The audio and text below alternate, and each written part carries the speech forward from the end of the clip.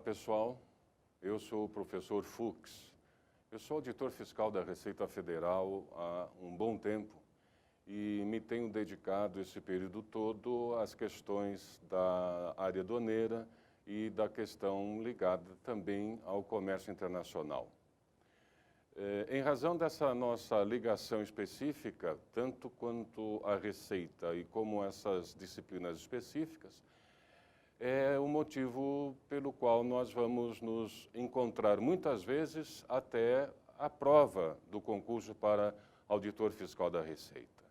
Nós sabemos que você deseja a aprovação e é por isso que nós vamos desejar a você as melhores possibilidades de termos aqui encontros frutíferos e que você possa ter os melhores resultados, os resultados que você espera na prova do seu concurso. Eu mesmo, quando ingressei para a Receita Federal, prestei concurso público. E é isto que está no seu objetivo, é isto que está à sua frente.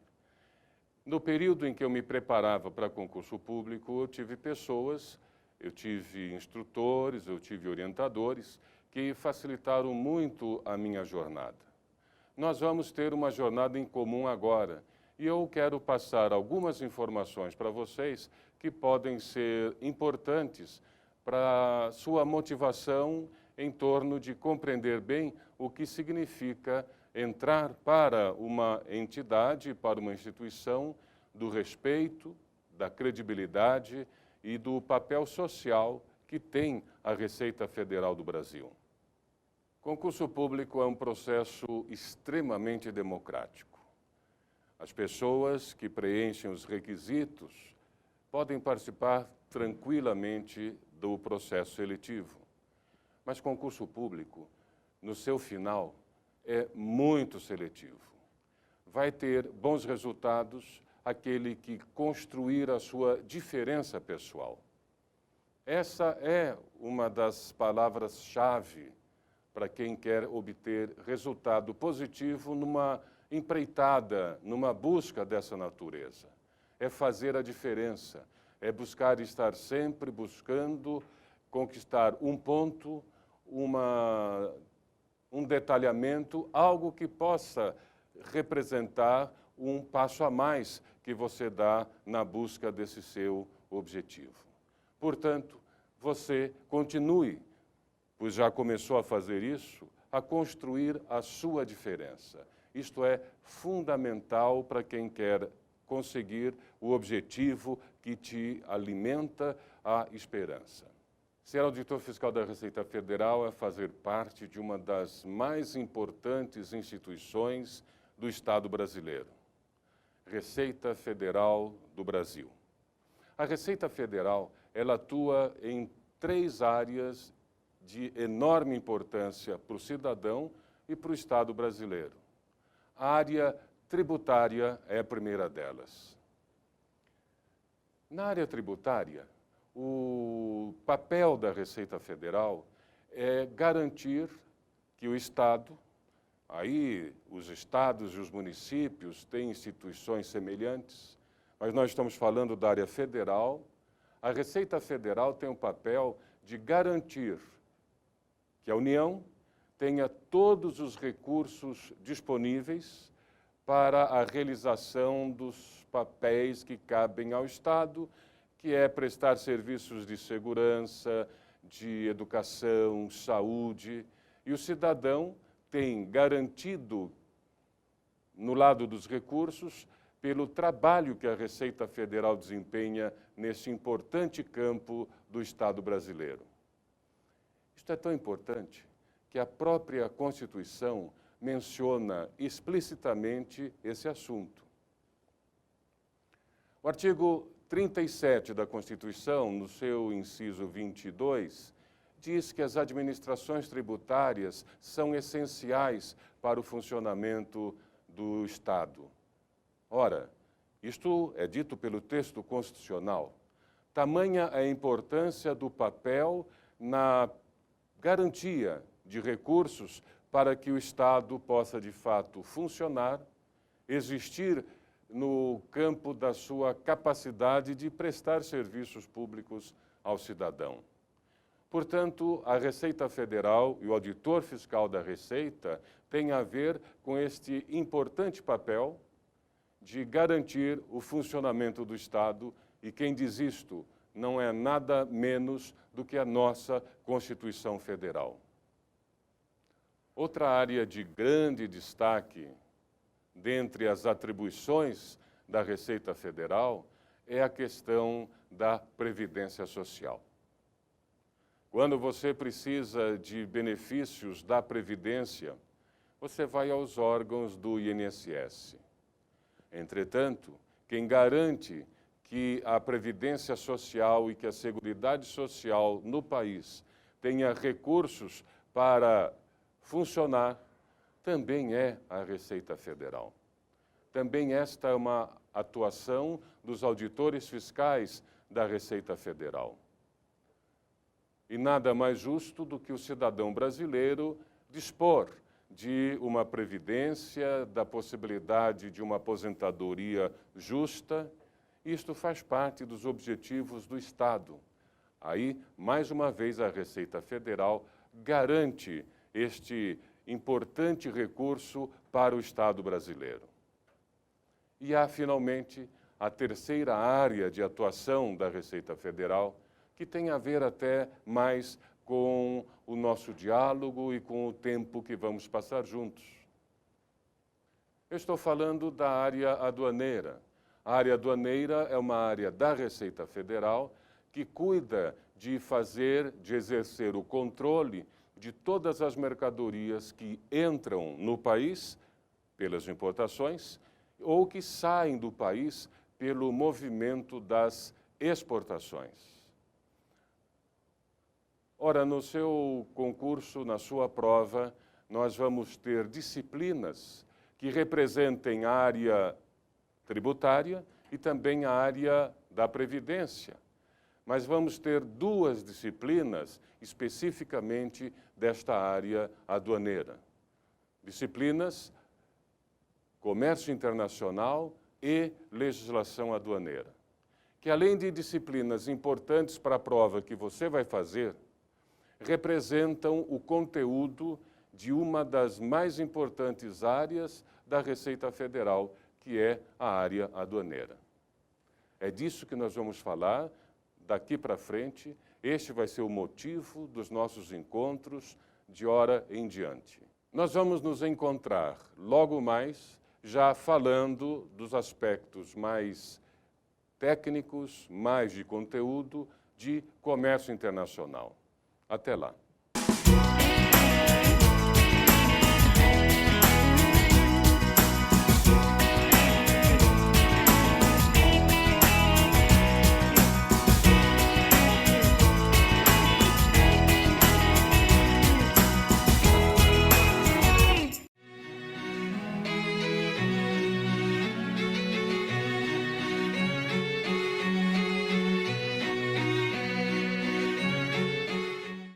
Oi, pessoal. Na aula anterior, no módulo 1, nós fizemos algumas referências à Receita Federal. Vamos buscar a nossa orientação, então, para vermos a programação que nós precisamos desenvolver. Em primeiro lugar, nós vamos tratar com vocês das políticas comerciais. Este é o primeiro tópico de todos aqueles que estão no edital e que vão estar na sua prova. Vamos começar fazendo algumas indagações iniciais. Algumas indagações que possam nos levar a conhecer, pouco a pouco, esse assunto. Qual é o programa? Quais são os itens que vão nos ocupar nesse período? Primeiro, políticas comerciais, e é tratando dessa conceituação que nós vamos começar. Em seguida, nós vamos tratar das duas grandes políticas de comércio internacional, o protecionismo e o livre-cambismo. Em seguida, uma análise sobre o comércio internacional e o crescimento econômico que pode ou não decorrer deste grande comércio. e, finalmente, as barreiras tarifárias e as barreiras não tarifárias. Assim, nós vamos ter o conteúdo do nosso programa, desta nossa aula, a partir de agora. 2 assuntos vão ser enfocados de maneira específica. Comércio internacional e por que os países que fazem parte aí dessa comunidade internacional praticam esse comércio internacional. Em busca de quê?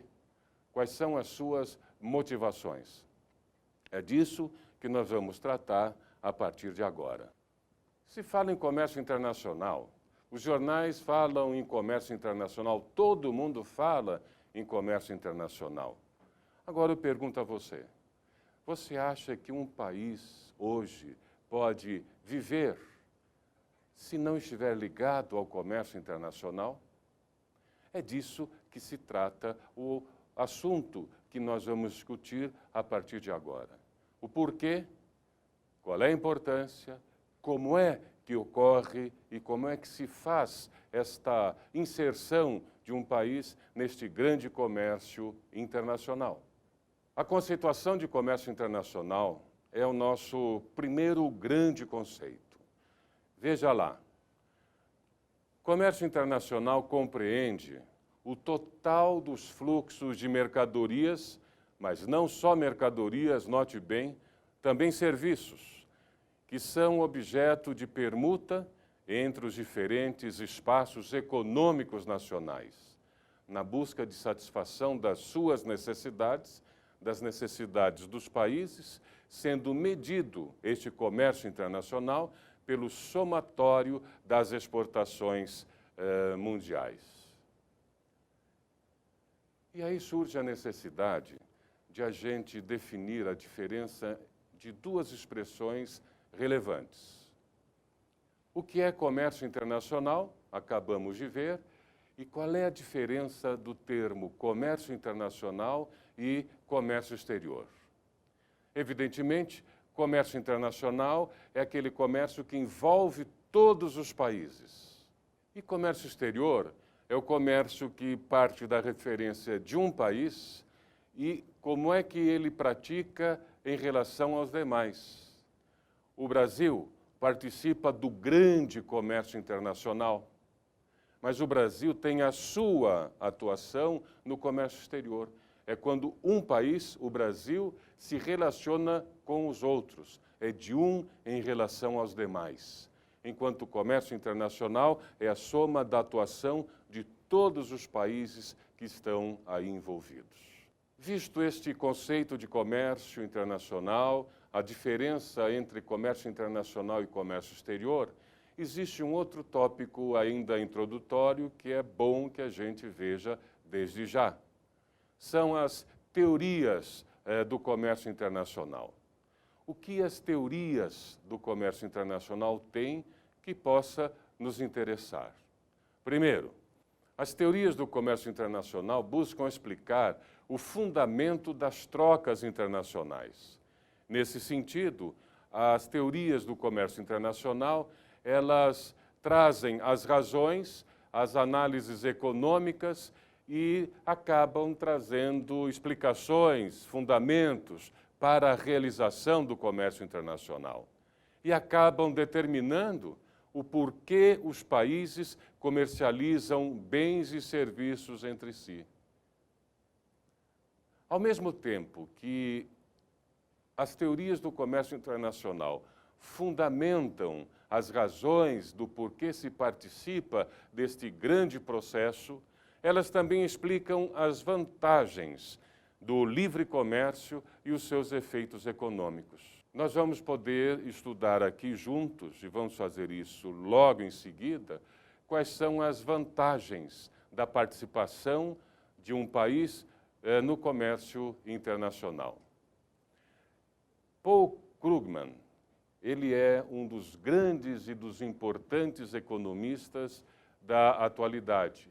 E ele dá algumas razões do porquê os países participam do comércio internacional, apresentando 2 motivos básicos. O primeiro motivo é à razão dos benefícios decorrentes das diferenças entre eles. Os países têm diferentes possibilidades de se dedicar a esta ou aquela área. Portanto, ele pode escolher aquilo que é melhor para a sua atuação, contando com a possibilidade de fazer trocas com outros países. Esta é uma das razões. A outra razão é a economia de escala.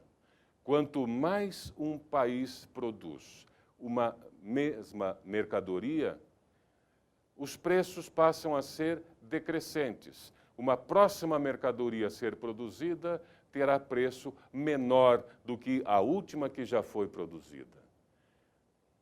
Nesse sentido, é interessante para um país poder comercializar com o maior número de países, ter o maior mercado consumidor para seus produtos, porque isso fará que ele tenha sempre um ganho na sua eficiência quando ele produz cada vez mais de uma mesma mercadoria. Atenção para uma dica de prova. Isso já caiu numa prova anterior de auditor fiscal. É um conceito que a prova exigia, e está correto esse conceito, do que seja comércio internacional. É uma forma de a gente rever um pouco o que nós estabelecemos até agora. Então, veja aí. Segundo essa questão de prova, a afirmação dizia que comércio internacional é o conjunto dinâmico de intercâmbio físico de bens e serviços. É bem o que nós já vimos. Bem como fluxos financeiros correspondentes. A questão inclui, e é verdadeiro, fluxos financeiros entre os países, regiões ou grupos econômicos do mundo, resultante da divisão internacional do trabalho. São as opções que os países tomam, da dotação diferenciada de fatores de produção, é quando o país escolhe, a partir das suas características, o que vai produzir com maior eficiência, com maior eficácia, e também da diversidade das habilidades adquiridas, tecnologia, know-how, especialização, por cada participante. E agora vamos para uma questão final, para que você possa utilizá-la como uma maneira de verificar os seus conhecimentos. Assinale a opção que melhor define comércio internacional. A opção A. Designa unicamente, cuidado com essas palavras em uma prova, designa unicamente a troca de mercadorias entre diferentes países, não abrangendo serviços nem aspectos ligados à sua execução, como transporte e pagamento. Bem, nós vimos que os serviços estão sempre incluídos no conceito de comércio internacional. Esse conceito está equivocado. Próximo tópico. Refere-se a trocas de mercadorias entre diferentes países, exclusivamente por compra e venda internacional, e abrange tudo que for ligado à sua execução, incluindo transporte e pagamento. Não é verdade que, para fazer parte do conceito comércio internacional, as trocas devam ser exclusivamente por compra e venda. Existem outras maneiras de as mercadorias circularem, por doação, por transferência entre matriz e filial e por aí vai. Também item errado. O item C afirma que comércio internacional designa a troca de mercadorias e serviços entre países signatários do GATT. Bem, nós ainda não vimos o que é GATT, mas isso restringe o conceito. Todos os países podem participar do comércio internacional. É o mesmo problema do item seguinte, quando restringe o comércio internacional entre as trocas do Brasil e os países do Mercosul. Portanto, restando a alternativa E, ela é a alternativa perfeita. Comércio internacional designa a troca de mercadorias e serviços de todos os tipos entre diferentes países e tudo o que for ligado à sua execução, incluindo transporte e pagamento, também fazem parte do comércio internacional. Reveja essa matéria, reveja essa questão, porque essas informações são essenciais para o que vem por aí. Até a nossa próxima unidade.